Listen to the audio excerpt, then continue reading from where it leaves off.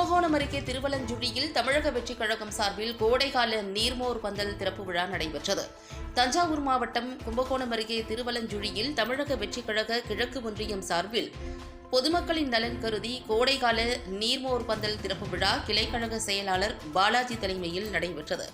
இதில் தமிழக வெற்றிக் கழகத்தின் கிழக்கு மாவட்ட செயலாளர் வினோத், இணை செயலாளர் மணிகண்டன், பொருளாளர் தினேஷ்குமார் ஆகியோர் கலந்து கொண்டு பொதுமக்களுக்கு நீர்மோர், தர்பூசணி, இளநீர் ஆகியவற்றை வழங்கினர். நிகழ்ச்சியில் கிழக்கு ஒன்றிய நிர்வாகிகள், பொறுப்பாளர்கள், மகளிர் அணி நிர்வாகிகள் என பலர் கலந்து கொண்டனர்.